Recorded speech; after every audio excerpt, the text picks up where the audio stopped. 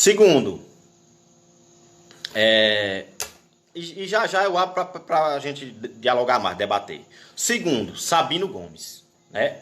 O famoso Sabino das Abóboras. Amigo, muito amigo do Lampião.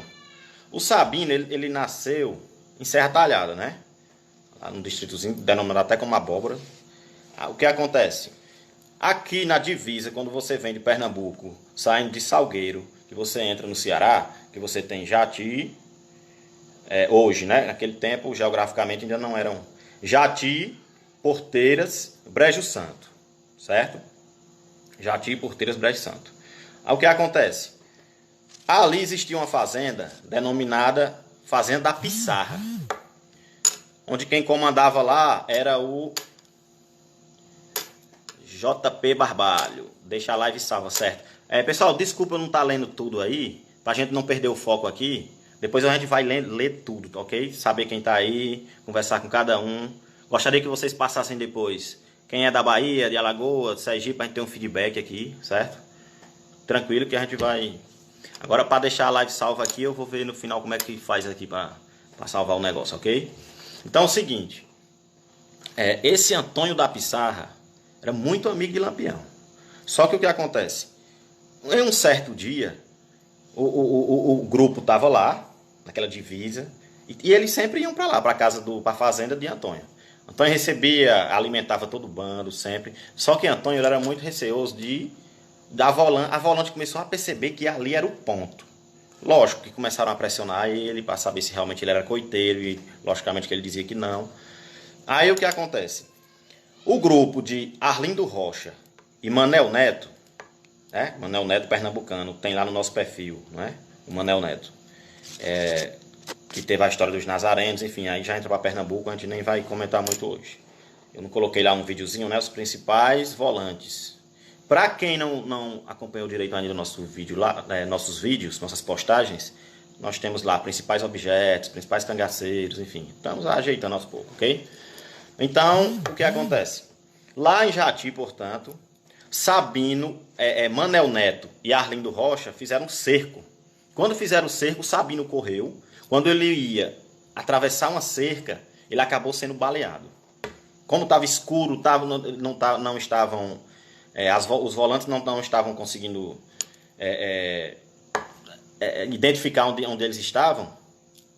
O Sabino acabou baleado no estômago. Ele acabou correndo, caiu um pouco à frente, enfim.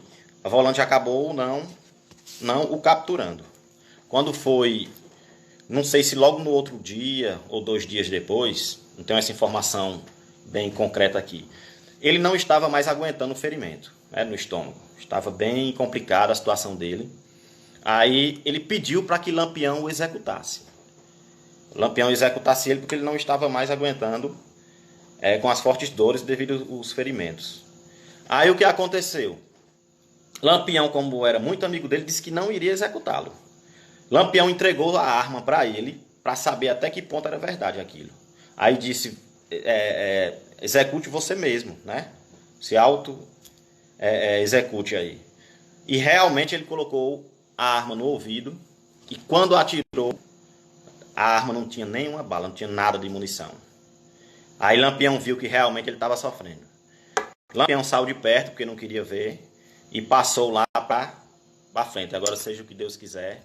Vendo aquela agonia, Mergulhão, o Mergulhão, chegou, colocou uma venda, uma toalha no rosto dele, e o executou. Foi o Mergulhão que executou o Sabino. Ok? Lá na Pissarra, Lampião, depois disso, ficou com raiva de seu Antônio da Pissarra, achando que seu Antônio entregou o bando.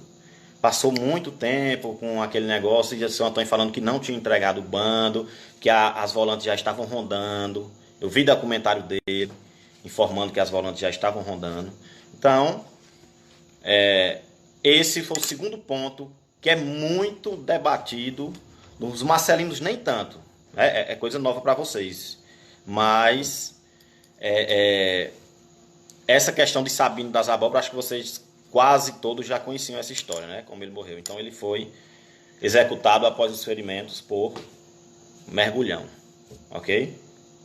Pronto. Vamos abordar o último ponto agora. Até porque aqui o bate-papo é rápido para vocês também interagirem aí e tudo. José Mateus, Lampião, esteve na minha cidade em 1930. Qual é a cidade, Mateus? 1930. Bom, então o que acontece? Essa morte aí de Sabino foi em 1928. Ele era um dos homens de confiança de Lampião. Lampião disse na entrevista, nessas últimas postagens, eu coloquei aquela entrevista de Lampião aqui em Juazeiro, não foi isso?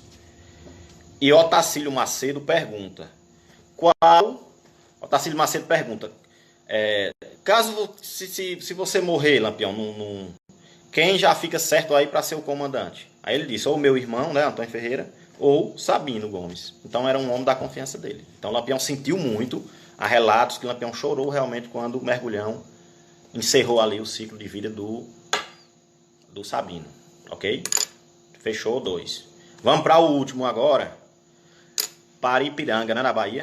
Boa. Em janeiro agora eu fiz uma turnê rápida. Eu comecei em Serra Talhada, onde Lampião nasceu.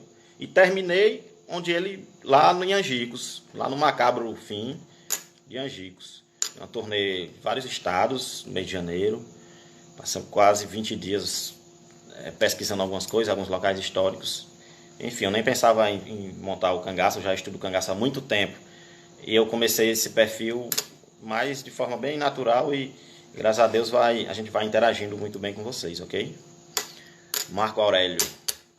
Então é o seguinte, obrigado, Eduardo. E já já a gente volta para essas leituras.